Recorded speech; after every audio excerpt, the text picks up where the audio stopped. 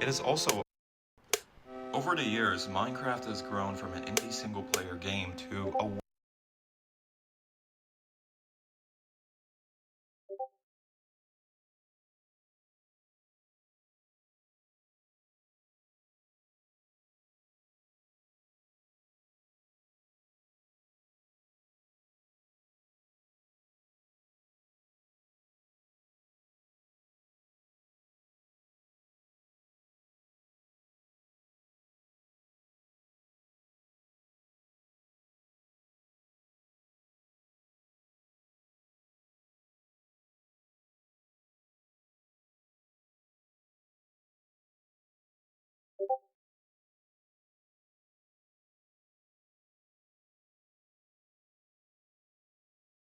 worldwide phenomenon. There's a reason why the Google searches for the game went up rapidly over time, especially with the pandemic of 2020, and the recent release of an admittedly cringe movie starring Jack Black based on the game's title has not done it that much justice. But insofar as the game is considered a worldwide phenomenon, it is also oddly specific to a whole another generation, Generation Z. People like myself, born in the early 2000s, may remember the earliest versions of the game. The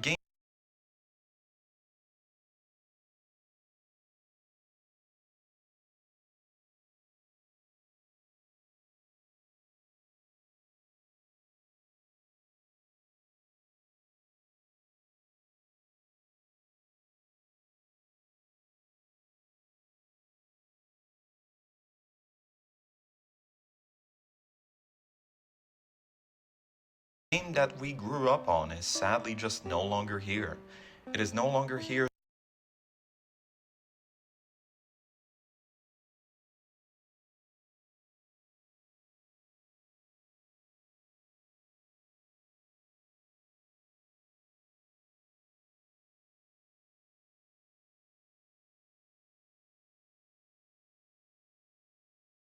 to be experienced by new generations of players who will never have the justice of playing for the first time with their friends on an Xbox 360 starter world, or living out their first night in Pocket Edition, hoping to get some gold to build the Nether reactor. I still remember when the feature was added to the game, and I rushed over to my mom's room with my tablet to show her the cool new thing added to my favorite post-school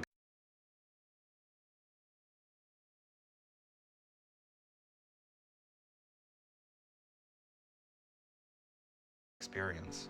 To some, that may be considered a good thing, but judging on the progress of my channel, many still reflect on the older days. I'll give you guys some background now. Several weeks ago, I began this channel to showcase my Minecraft InfDev world. For a brief summary of the game's versions, Minecraft InfDev is one of the earliest. The release of the game was periodical.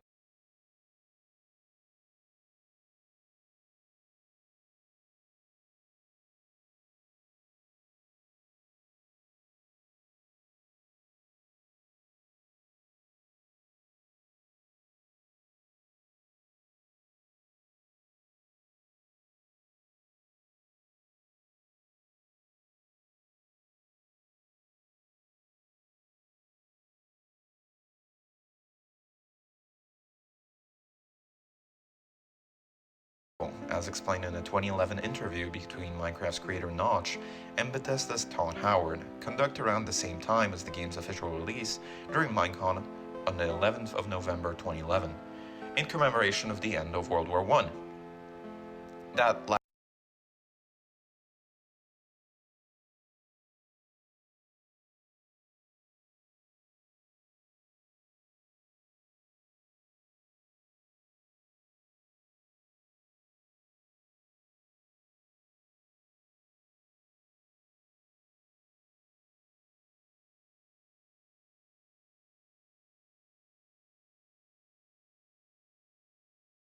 last part is actually a joke, but just hear out what Notch had to say.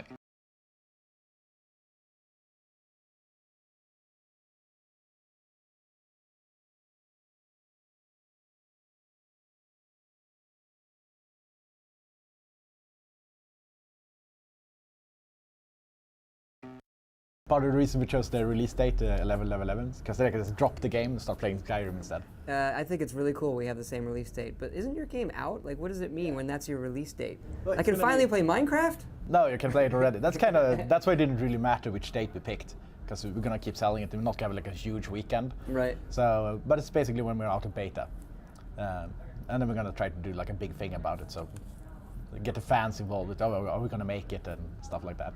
Indeed, he is right about this. Minecraft is the most popular game in the world to this day, but also it is the only one in Wikipedia's list of the 100 highest ranking best-selling titles that was playable before release. In fact, the game had several version iterations before the actual release of the game, rapidly changing and growing with each coming day, and it is so confusing in hindsight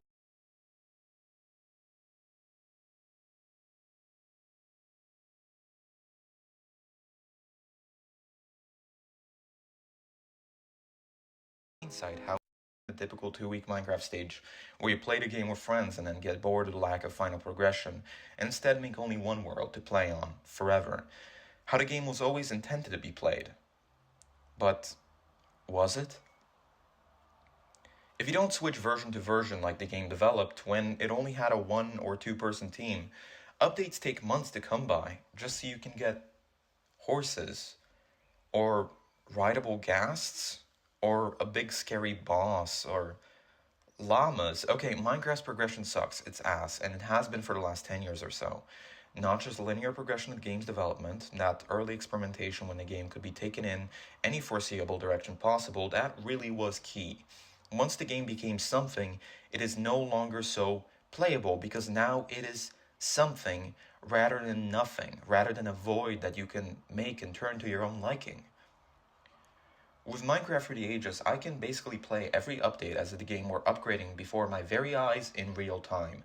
I can see new glitches, new things rapidly being introduced to the game, feel the real progression that drew the first million couple players in, and got them talking and spreading the game through pictures, videos, forum posts, word of mouth at schools around the globe. Now, there is no point in making a forever world. There is a reason why many people who got tired of playing the game in hardcore, where it can easily be hacked, by the way, also started a forever world series that ended. The entire idea of the trend is to make a world that you'd play on forever. And yet, here we have hundreds of video creators who decided to just restart. The game's full release progression, ever since the popular Purple Boss health update, has kind of sucked. It's like if someone filled your living room up with new furniture and said, hey, it's the same old living room, you still have all of your stuff here. Like, no, get the fuck out of here, this is a completely different room. So many people justify others playing old Minecraft as if it were just nostalgia. They call them the Golden Age Minecraft community because supposedly these people call themselves Golden Age players from a version of the game that was just objectively better. But answer me this, if I began playing the game around beta 1.7.3 in the summer of 2011, then how can I actually be nostalgic for a version 2 iterations back?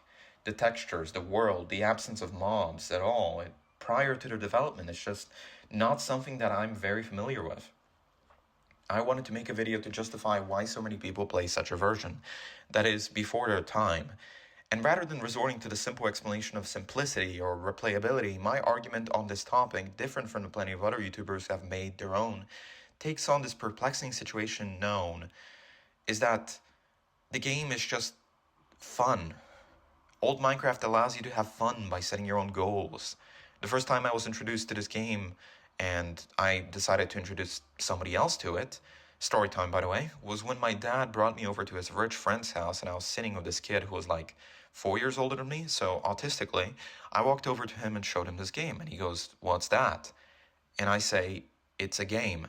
And he says, okay. Old Minecraft is vibrant, more bare bones. It reminds me of SNES 64 games, something like Super Mario Bros. Or Mario Kart or another thing more alike to my mom's generation, rather than my own. It reminds me of two other childhood games I've played, The Sims 2 and Wildlife Park 2, and both of these fairly underdeveloped games had complicated and fun mechanics that still keep me up, that got a player base for so long that now I have them in my Steam library along with other gems like Gamer Girls 18 Plus Esports Sex. The game is very rudimentary. It doesn't seem to have a hell of a lot going on. Finding ores is rare due to an absence of chunk and cave generation mechanics. Islands and crosses float randomly in the sky as if you're in the end of Evangelion. And a weird ore spawning mechanic that one of my viewers reminded me of under a Let's Play Let's Blocks be generated 4 times more commonly in positive coordinates, which has to be checked manually by orientating yourself around the sunset, without even so much as a compass, because the F3 coordinates menu is gone. And F5 makes it rain, but only sometimes for some reason, or F4 makes you spawn a nether portal that doesn't work and you can just spawn them all around the place. And these older versions feature a lot of developmental stuff that isn't available in later versions of the game for simple reasons, because they never should have been released to the public. But the bare bones nature of it has, admittedly, a lot of charm. Finding ores like coal or iron is now a lot more fun because you know that these are the rarest items in the game. They're so hard to break. You don't have to worry about wardens or netherite or 100 days in the nether or 100 shulker boxes or elytra and firework combinations or megastructures. Instead of feeling like you're terminally online for engaging with a community that's driven by surrealism-based hyperbait and mega projects that are just not achievable by a single player, you can go back to a simpler version of this game and suddenly feel like you're the guy who has built the biggest thing in his very particular world version, which I now am. My Minecraft Through the Ages world is now the most developed build on a March 2010 version of the game ever made. That is so hard to understand. I am playing a version unavailable in the launcher, only possible to reach for an archive launcher named Betacraft, from this very specific blog post with 3 likes on it in the last 15 years. And I'm having fun.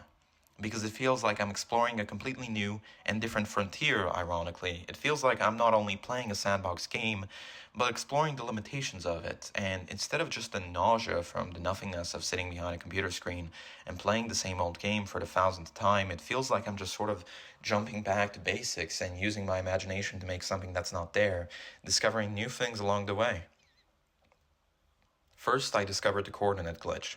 Then I discovered that old Minecraft had a small feature of a bug of a dead player dropping their bodies scattered around the world. Yeah, go watch my video on that. And now I'm seeing that if I mine things by letting go of my cursor, and then mining the blocks by itself again, and then letting go of my cursor again, it's suddenly 25% faster in this version because of the old game mechanics present for only a few weeks during the game's development, and that saplings don't work and they don't grow and they're just bushes. Okay, maybe that isn't a plus, but you know what I'm saying. It's pretty funny to just have bush items. All in all, I'd highly recommend playing the game like I am here, by just taking a version, playing it to its limits, and then upgrading a few versions up, checking out the new stuff, making some building progress, making as much stuff and taking as much time out of it as you can, and then doing it all over again. It feels like the game evolves right before your eyes, and in old Minecraft you can pretty much just set your own goals. The whole world feels like it's a possibility to you. And that's the fun of it, right? When we were kids, we thought that a stick in our hands could be a magic wand. That one day we could rule a kingdom or get into Hogwarts because we could imagine a sword or a wand in our hands. And every word could be a magic spell, and every new person could be a major character in our lives. We saw these stories on television and in cartoons. We sat by and played. Actually get over playing this game a few years ago with my ex-girlfriend. Seeing they were only and thought the game should be played by people. For a while, I was rushing feelings of belonging back. I can still cherish them and appreciate them for what they were. I got this!